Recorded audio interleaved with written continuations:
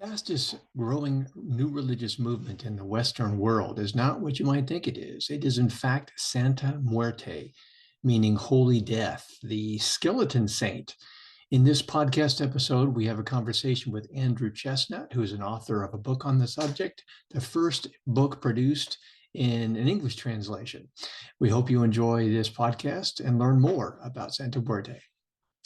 Well, this is the podcast for Multi-Faith Matters, and I am the host, John Moorhead, and my privilege today is to speak with Andrew Chesnut. And I don't know that he remembers, but he did a text interview with me years ago on another blog of mine, Theo Fantastique, but he's back today. And Andrew is professor of religious studies at Virginia Commonwealth University, and he is the author of Devoted to Death, Santa Muerte, the Skeleton Saint, which we're going to be talking about today. This is the first academic study of this topic in English. Andrew, welcome to the program. John, thanks for having me. And yeah, I do remember many years ago the text interview we did. Yes, it was. Yeah. And you came up on my radar again, and I thought this needs to be explored in a conversation, not just text. Do you have any other academic and biographical details that might be relevant to put in here? Yeah, well, actually the book is now in its fifth translation. Wow. The Italian just came out last month. And actually on Thursday, I'm doing another podcast interview in Italian for the first time. But yeah, in general, I'm a specialist in the religious field of Latin America. I also have a book on the Pentecostal boom in Brazil and on religious competition. But a religious competition in Latin America. But for the last 13 years now, it's basically been all Santa Muerte. Oh, fantastic. Well, it's an exciting topic. I have your book on order. I haven't been able to get a hold of it, but you pointed me towards a website. Folks can look in the podcast notes and description for a link to the book and the website and all kinds of material for follow-up. We'll only be able to scratch the surface today. But I always like to begin the conversations with asking my guests how did you develop a personal and academic interest in this research topic? Yeah, great question. I was a couple years into a book project on the Virgin of Guadalupe, who of course is the patron virgin of not only Mexico, but the entire Americas, for my third book project. But frankly, I just wasn't finding a new angle, a new perspective on her. And in this context of kind of research malaise, in March 2009, I see the news that the Mexican government had sent the Mexican army to the border with California and Texas to raise some 40 Santa Muerte altars. Now, I've been going to Mexico since the early 1980s. My ex is from Mexico City. My current wife is from the western state of Michoacan. And so I knew who Santa Muerte was, but when I saw that news, I had no idea why the Mexican army felt compelled to, or the Mexican government felt compelled to destroy her altars. So I did a quick Google search, and I found out that the then administration of President Calderon of the conservative National Action Party, the PAN party, which is closely related to the Catholic Church in Mexico, had fingered Santa Muerte as religious enemy number one, as kind of a narco saint of the Mexican drug cartels, and was basically doing the bidding of the Catholic Church in ridding her altars on the U.S. border. So I thought that was really intriguing. I also saw that the academic literature in Spanish was very thin and in English non-existent. So I took a couple of weeks to consult with colleagues, friends, family members, and decided that I would at least temporarily turn my back on Guadalupe and dive into a new book project on Santa Muerte with the goal of publishing the first academic book in English, which I did. The first edition of Devoted to Death, Santa Muerte, the Skeleton Saint, came out in 2012. And then the second edition in 2017. And here I've got this is the second edition. Oh, fantastic. So yeah, that was the catalyst, the news of the destruction of her altars in March of 2009. in reading some of the materials that you sent me a link to, it looks like other scholars have started to enter the fray. Is it becoming, I don't know, common probably isn't a good term, but are there more scholars who were Oh interested in this? yeah, definitely. I have a top-notch research partner, British anthropologist Dr. Kate Kingsbury, who's at the University of British Columbia in Vancouver, who has quickly become one of the leading authorities on Santa Muerte, published many articles. There's a number of Mexican sociologists and anthropologists. So yeah, I'm not the only one. Yeah. Well, one of the articles that I read, this question is related to the largest section of the paper. And I know it's ambitious and we won't be able to hit all of it, but maybe some important highlights in terms of the cultural and religious origins. You know, this is a syncretic religious movement. So what kinds of elements are involved? Right. Yeah, it's a real kind of melange or hybrid of disparate religious elements. At the core, the great majority of devotees are Mexican. Probably 70 to 75% of the estimated 12 million devotees are Mexican. And of course, Mexico has the second largest Catholic population on earth after Brazil. Proportionally, actually much larger, still about 77% of Mexicans are Catholic. So the great majority of Mexican devotees approach Santa Muerte from their kind of Mexican folk Catholicism. And so a lot of the prayers, the epic prayer to Santa Muerte is called the Santa Muerte Rosary, which is essentially the same rosary, Catholic rosary dedicated to the Virgin Mary, substituting Virgin Mary's name for Santa Muerte. Devotees tend to approach Santa Muerte in a kind of reciprocal relationship, saying, okay, Santa Muerte, I will offer you 2 bottles of Don Julio tequila, top shelf tequila, if you help me find a new job within a couple weeks. And if they have that new job within a couple of weeks, then of course they need to follow through on the promise they made. But of course, if Santa Muerte doesn't grant that miracle of a new job, they don't have to. So there's this kind of contractual relationship that one also sees in folk Catholicism as well. Though in Mexico City in particular, which is one of the epicenters of the cult of Santa Muerte, there's a lot of influence of Cuban Santeria. Quite a few Cubans who didn't flee Castro's revolution to Miami went to Mexico City. And so there's a fair amount of cross hybridization with Santa Muerte at the historic public shrine in the rough and tumble Mexico City barrio Tepito. I have noticed over my 13 years of visiting it, there's an increasing presence of the deities, or they're called orishas of Santeria, right there in the window niche with the life-size Santa Muerte.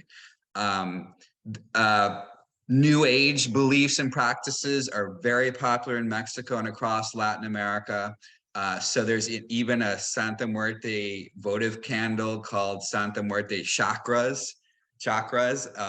So yeah, there's a lot of different influences, but at its core, for most Mexican devotees, it's kind of predicated on folk Catholicism. And indeed, most Mexican devotees will tell you that they're still Catholic.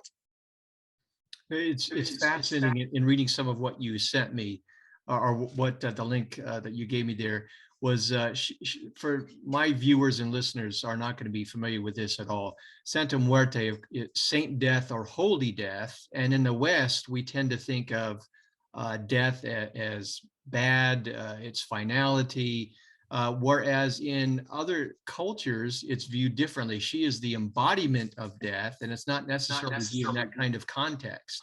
So can you help us understand? My audience tends to think of things in terms of theology and religion in the abstract, many times divorced from culture. Why is the cultural context and its understanding of death so important to understanding Santa Muerte?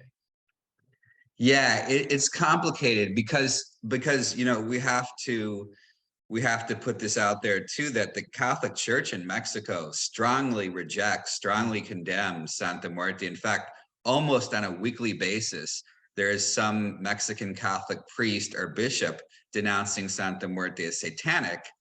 The theological rationale being that as a Christian, the last enemy that Christ vanquished on the cross was death.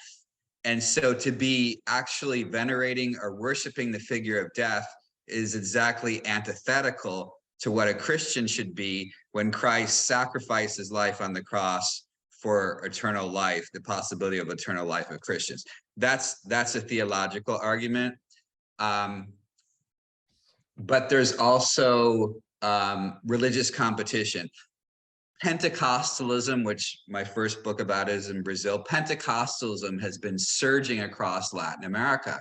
And the great majority of converts to Pentecostalism are Catholics.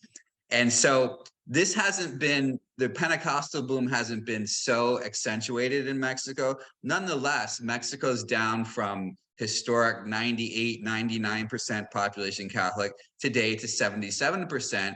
And the great majority of those left for Pentecostalism. So just when the Catholic hierarchy in Mexico is feeling besieged by the so-called Pentecostal invasion, now they have to deal with this heretical folk saint, which is not only the fastest growing new religious movement in Mexico, but in the entire Western world, with some estimated 12 million devotees in the space of only 20 years.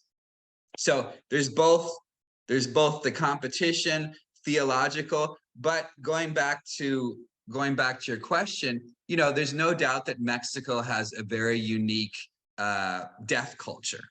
And we see that not only in Santa Muerte, but Day of the Dead, which was just passed on November 1st and November 2nd. There are other countries that commemorate Day of the Dead, but nobody does it like Mexico does. And then there's this third kind of iconic cultural figure called La Catrina Calavera, who is a skeleton dame who started out as a parody of the Mexican elite and such. And she's kind of ubiquitous at Mexican restaurants. You even see her at at Santa Muerte altars and such.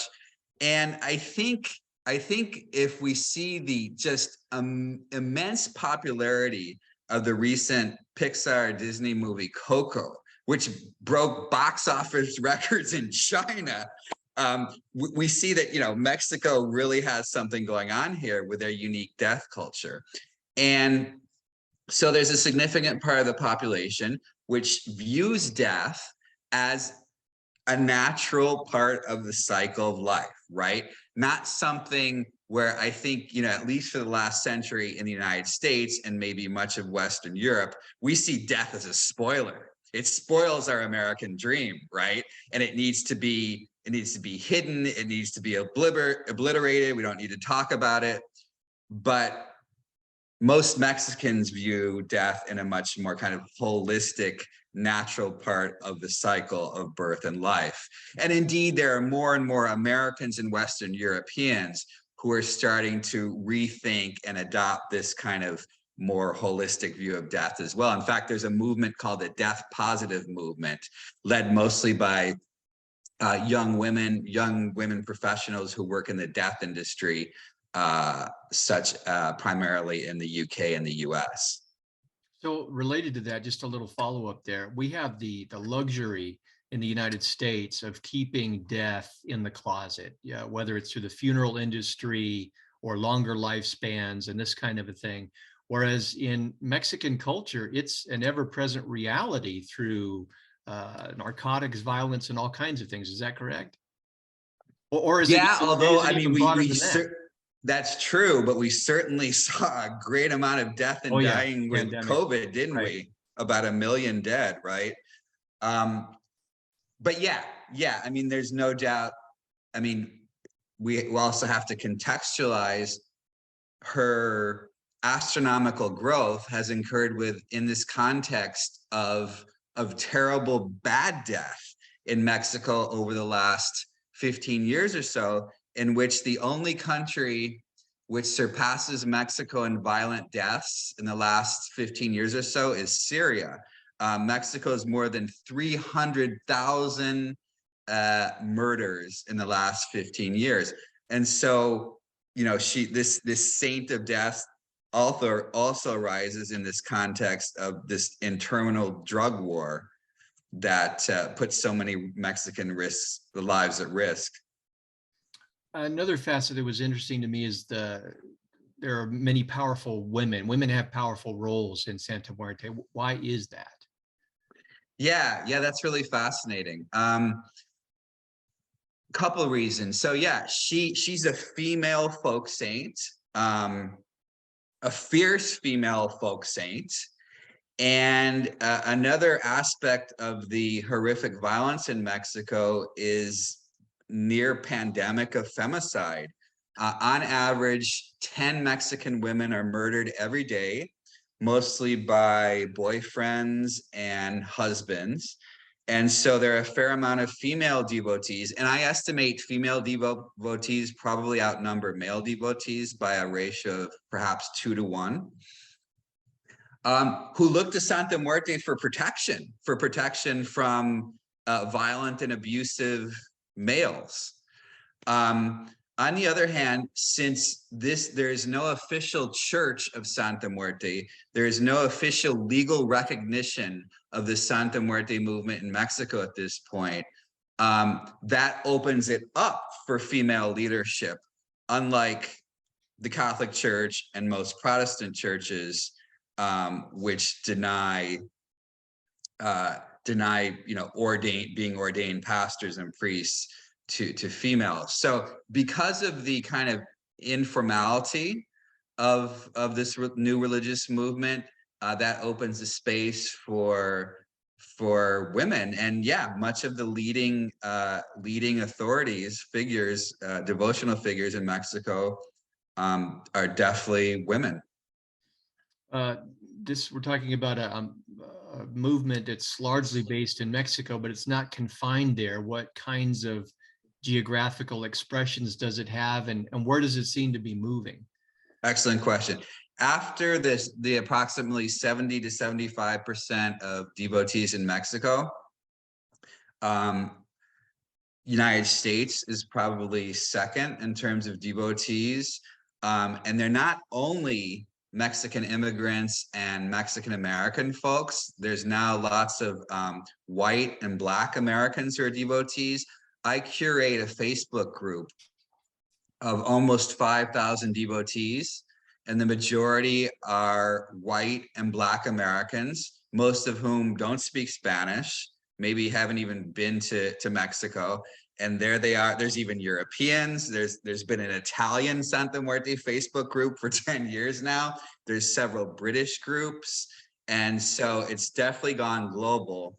And, United States would be second. And then the next region with the greatest presence of devotees would be Central America, particularly these three countries, El Salvador, Guatemala, and Honduras. She is found now across the globe, but United States and those three Central American countries would be the main places. And part of the reason for her rapid globalization is she goes public in 2001 in Mexico City. Prior to 2001, folks who were devotees practiced their devotion occultly or clandestinely. And so she goes public in 2001, just as social media is starting to mushroom. And so Facebook, these Facebook groups, there's over 1,000 different Santa Muerte Facebook groups, have been a really important platform for her globalization. Because, you know, folks from across the globe can share their photos, ritual advice, and all that. One of the most prominent members in the group that I curate is a Swedish devotee. That's amazing. Has there been any, maybe it's too soon, has there been any academic analysis of how the emphases in devotion change as she moves out of the Mexican cultural context into others where they have different cultural dynamics? If not, that's okay. It was just No. Yeah. I'm thinking, no, they're really, I mean, this has happened so fast. yeah. That no, there really is no specific literature, focusing like solely on non-Latino devotees, but that definitely is a gap.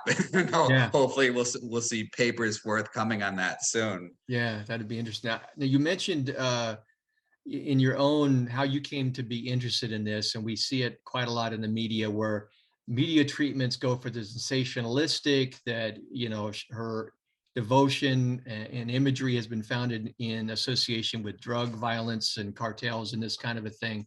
But that is a stereotype. It's just one expression, if I understand it correctly. So what kinds of demographic makeup do we have in her followers? Yeah, they're mostly going to be working class folks, disproportionately working class, disproportionately female. It's hard to gauge the age, but I would think probably younger than average. Probably most devotees are, 20s to 40s. And disproportionately LGBTQ. That's really interesting. It would seem, particularly among white and Black American devotees, it would seem to me that at least a good third or so of folks are lesbian, gay, transgender, etc. And so then that begs the question of why this special appeal to LGBTQ folks. And this is because she's the saint that never discriminates. She accepts everybody because we all meet our maker eventually, and she's seen as the psychopomp who takes you there. And so, and even more so in Mexico, if you're lesbian, gay, transgender, at some point you probably felt discrimination because of your sexual orientation. And Santa Muerte doesn't care about that. She doesn't care what your profession, what your race, what your nationality, what your sexual orientation. All comers are welcome. And of course, that contrasts particularly to a lot of Christian churches which aren't so accepting of homosexuality. So there's some level of self-critique there for those Christians and churches willing to look in the mirror by way of Santa Muerte. But just saying. So just to, so that we're not running away from the question of her association at times with drug cartels. She is amoral, and so she's sought out for a variety of reasons by different groups, and she's not making value judgments, right? So that's why she has appeal in a broad variety of contexts. Exactly right. Since she's not a canonized Catholic saint, but a folk saint, in theory, you can pretty much ask her for anything you want to, and she's not going to be judgmental. So, for example, if you're a narco and you want to make sure your shipment of, let's see, fentanyl, which is such a scourge in our country lately, that your fentanyl arrives safely to my hometown of Richmond, Virginia, well, then you can ask Santa Muerte to bless your shipment of fentanyl. I'm not the one to say if she will or I'm not, right? I'm not a devotee, but in theory, that's not a type of petition that you should be making of Catholic saints. However, I do know that sometimes those petitions are made, and particularly to the most popular Catholic saint, both in Mexico and among Latinos in the United States, and that is Saint Jude Thaddeus, patron of lost causes. He also has a contingent of followers among both marginalized youth in Mexico and organized crime. So I do know that those type of petitions are made to him, which is obviously even more of a worry to the Catholic Church, since not only is he their own, he's their most popular saint as well. But again, in theory, it's easier to make these type of petitions to folk saints because they are amoral and don't need to conform to Christian ethical standards. Can you speak to the ways in which devotees are, I don't know if worship is the right word or not, the rituals, shrines, altars, temples, these kinds of things. And since it's not associated with an institution, doesn't have the dogma, I would assume that, for lack of a better term, theological constructs are minimized or de-emphasized at least. Yeah, with some 12 million devotees, there's a lot of variety now.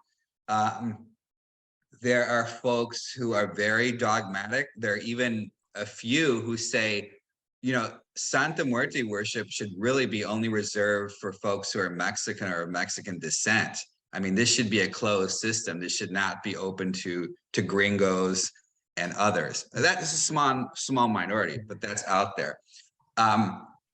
There are others, even white and Black Americans, who try to be very orthodox in a Mexican way in the way they approach Santa Muerte as a folk saint, as most Mexican devotees would be.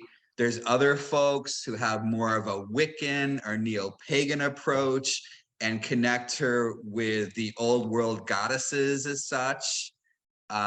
So there's a big diversity, but keeping in mind that the great majority of devotees are Mexican. Again, so many of the rituals and prayers and ways of approaching her, again, are really based on folk Catholicism. The votive candles that are used, the statues, the large life-size statues usually receive a monthly wardrobe change, just as happens to statues of the Virgin Mary in Mexico. So yeah, one really can't understand the way in which she is worshipped without understanding the world of Mexican folk Catholicism.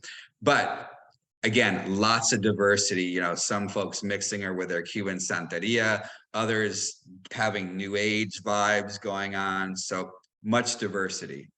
One indicator of her popularity is sales of her votive candles. How does that compare to sales of the Virgin Mary candles in Mexico? That I can't tell you because most of the shops in Mexico, they're usually called yerbarias or sometimes botanicas. Most of the shops that sell her usually specialize in more esoteric and occult figures. So the Virgin Mary Guadalupe, for example, is mostly going to be sold at shops that really only sell Catholic saints. So I can tell you at these esoteric shops in Mexico, Santa Muerte is responsible, many of them, for over half of the sales. But I don't have similar sales figures for Guadalupe. But there's no doubt in the space of just 2 decades, Santa Muerte has become one of the 3 giants of the Mexican religious landscape, along with the Virgin Guadalupe and St. Jude, patron of the lost causes. They're the 3 giants today. I recently had an opportunity to have an advanced look at a forthcoming academic volume on how various religions around the world responded to the COVID-19 pandemic. How did the pandemic impact Santa Muerte followers? Yeah, actually, my research partner, Dr. Kate Kingsbury, and I authored a recent paper on that, which kind of went viral, at least for the social sciences. Yeah, they're quickly, they developed in Mexico City a specific Santa Muerte COVID protection votive candle. I wish I had one here, but I don't. And yeah, there's no doubt that in this context, I think almost 750,000 Mexicans died also from COVID. And so in this context, before the vaccine was developed and half of Mexicans living in poverty and most Mexicans not having access to standard health care, Santa Muerte steps in as a powerful figure for both protection from COVID and then healing from it. So yeah, candles were developed. People were developing new prayers specifically for protection and healing from COVID. And, we don't have any hard data on her growth, but there's no doubt that Santa Muerte grew even more during COVID because of this. Because, many folks felt like, well, they don't have recourse to, there's no vaccine yet. What are we going to do? We really only can look to the supernatural for protection and healing. So no doubt that was that boom time for the growth of Santa Muerte during COVID. One of the other things that struck me as I read some of the material on it is this idea of good death. Why is the sanctification of death and this idea of good death such an important facet of devotion to the folk saint? You've touched on a little bit before, but just to make that more explicit. Yeah, that's an excellent question, and you yourself alluded to it before. I mean, one of the translations into English of her name is Holy Death, and this concept of having a good death or a holy death, is a very old Catholic one, in which you hope to die at home, surrounded by your loved ones, hopefully be administered the last rites by a priest. And so in a Mexico, again, that has been beset by so much bad death with the interminable narco wars, there's a lot of folks out there who really yearn for a good death, who don't want to be shot down like a dog in the street. And so the very origin of her name goes back to that ancient Catholic concept of wanting a good or holy death.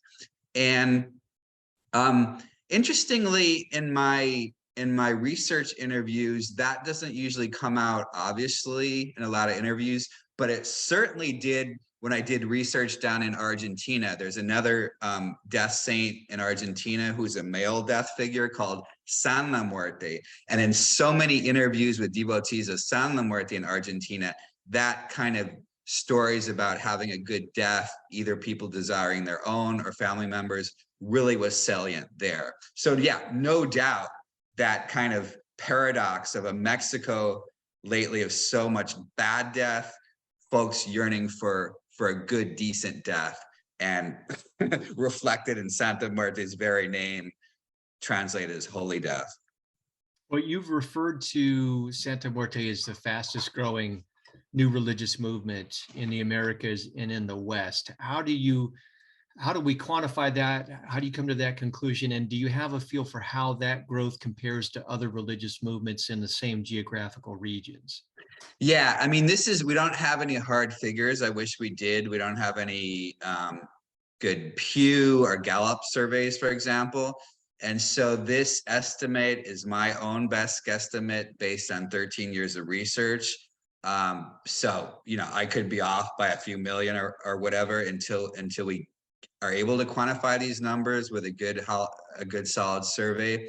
However, yeah, I'm confident that there is no other new religious movement that has emerged in the last 2 decades anywhere in the Western world that has anywhere the size of the following, if we're to measure that also in terms of sales of paraphernalia, presence of paraphernalia, Facebook groups, etc. I'm very confident in making that assertion and again, just like it's estimated that some 80% of new businesses started in the United States fail within a few years. It's basically the same with new religious movements. The great majority also have to shutter their temple doors within a few years because there's not enough followers. And so if we know about Christianity, Islam, and Hinduism, they're the grand exceptions, as is Santa Muerte so far. What kinds of aspects contribute to this popularity? I mean, as just in my brief look at some of the material that you made available to me, I mean, she's dealing with a facet at the center of all of our lives, and that is the end of our lives. She doesn't have dogma, so you're free to kind of take her and add elements from your own culture and religious background. What kinds of facets are making this growth possible? Yeah, I think the real engine driving her growth, particularly in Mexico, is her reputation for being the speediest and most efficacious miracle worker. Mm. I've heard so many stories about folks who used to be devotees, for example, of St. Jude, again, the patron of lost causes, and would tell me, oh, I'd spent 3 months asking St. Jude for a new job, and he just ignored me. I never got the new job. And then my friend told me, oh, why don't you try the bony lady? She works really fast with the miracles. And so I prayed to the bony lady. I got a little statue. I prayed to the bony lady. And within a week, I had that new job. And so there's countless stories of how fast and how efficacious she is. And because, again, these are working class folks. And so they're looking for supernatural succor that's going to help them with their daily difficulties, right? Be it financial, health, love, protection, etc. And so she's seen as the speediest and most efficacious saint on the Mexican religious landscape today. I think that dynamic also works for non-Mexican devotees, but I think it's probably even more accentuated in Mexico. I have subscribed to your email on Santa Muerte for a while, and I've read many of these stories that you put out, and it's fascinating. And the interesting thing is that many Christians would bristle at this kind of a thing, that just can't be. What's interesting to me is within our own religious tradition, we view those kinds of stories as appropriate and confirmatory, but in other religious tradition, it's out of bounds. But I think it pushes us to say, look, people are finding meaning and significance, and they believe they're getting answers to prayer. And this is something that crosses even into something like Santa Muerte. Is that correct? Well, yeah, and I can make the same argument. Again, my first work was on Pentecostalism in Latin America, and it's the same argument for Pentecostalism. Pentecostalism has been flourishing in Latin America and the global South in general. It's because a lot of folks find that Pentecostalism is providing powerful tools for them to deal with and sometimes overcome really difficult life circumstances. So Santa Muerte is not alone with that, but definitely stands out for having the reputation of being very efficacious with that. You mentioned that she is often literally demonized by the Catholic Church. I'm assuming this is the same for Protestant traditions as well. Yeah, definitely. Yeah, there's an increasing number of evangelical Protestants who have YouTube channels or blogs, also echoing the same type of rebukes that you hear from the Catholic Church. And even recently, an American evangelist went into Tepito, where the historic first public shrine is in Mexico City, to confront the godmother and owner of the shrine, and barely escaped with his hide because people were just incensed about him. Oh, what, this gringo missionary coming in, how dare him? I think there's this, YouTube video of that too. So yeah, evangelicals are definitely part of the denunciation. And in fact, the first full-length Mexican film featuring Santa Muerte was made by Paco del Toro, an evangelical, he might be Adventist, evangelical Mexican filmmaker, showing Santa Muerte as a miracle worker, but a demonic miracle worker. Yeah. Yes, right. She delivers on the miracles, but just as Satan does, right? Yeah, it's unfortunate working within evangelicalism that many times we demonize, especially certain religious traditions that make us very uncomfortable. And I can think of Wicca and paganism, and I'm as you note, Santa Muerte. But with this question, for those Christians who have the capacity to be self-critical and to look at a tradition like Santa Muerte in that light, what takeaways might we be open to about shortcomings of Catholicism, Protestantism, and so on that are making Santa Muerte religious competition is a reality. It's out there. What is it that makes her so appealing that is also critical of some of the shortcomings of Catholicism and Protestantism? Yeah, well, I think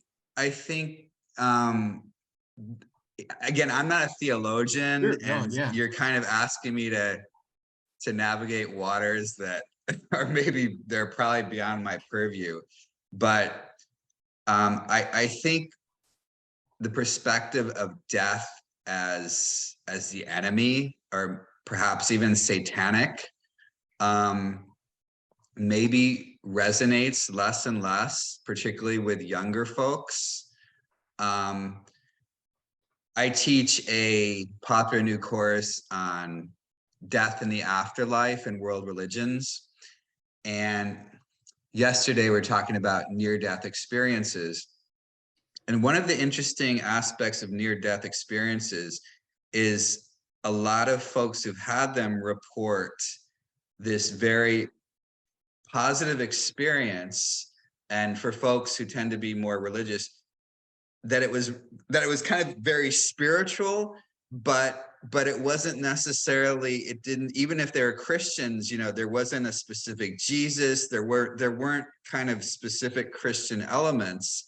And it led many of them, I think, to rethink their brand of Christianity.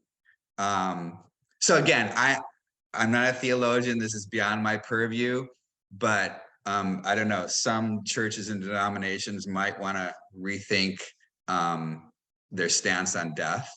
Yeah, no, I appreciate that. I put you on the spot, but you don't have to be a theologian to look at a extremely popular religious and cultural phenomenon and say there are some takeaways, whether theologically or otherwise, for those who can be self-critical. So I appreciate you venturing some Oh, thoughts. right. And even more obviously, as we were alluding to before, is the non-judgmental attitude. Everybody's accepted, but obviously one can understand that within a Christian context, I mean, not everything can be accepted because some things obviously are at odds with Christian morality, right? Right. Uh, is there, sometimes I like to give my guests an opportunity. What is the takeaway that you wish I would have asked, or something you'd like to contribute? It didn't come through in the questions I've asked you previously. I think, I organized my book by the colors of her cult. There are important colors. She has a series of votive candles that are all colored. For example, the purple votive candle is for healing and health. The red is for love, passion, and lust. And by the way, the red one is the best seller in Mexico, particularly among women who think maybe their boyfriends or husbands are cheating on them and they need to do a love bind on their boyfriend and bring them back humbled at their knees. There's the controversial black candle, which is both for supernatural protection, but also for vengeance. If you've got a rival or enemy that you want to take out, the black candle is the proper one. But the conclusion of my book is the 7-colored candle, which is also known as the candle of 7 powers, of Santa Muerte of 7 powers. And that's for folks who are looking for a miracle, not just one miracle, but miracles on several fronts. And that would be many of us, right? Who there's not just one favor, supernatural favor that we're after. There's several. Interestingly, because it's 7 colors, it's kind of become also an LGBTQ flag thing. It wasn't created or designed that way, but many LGBTQ devotees have kind of reappropriated it and repurposed it that way.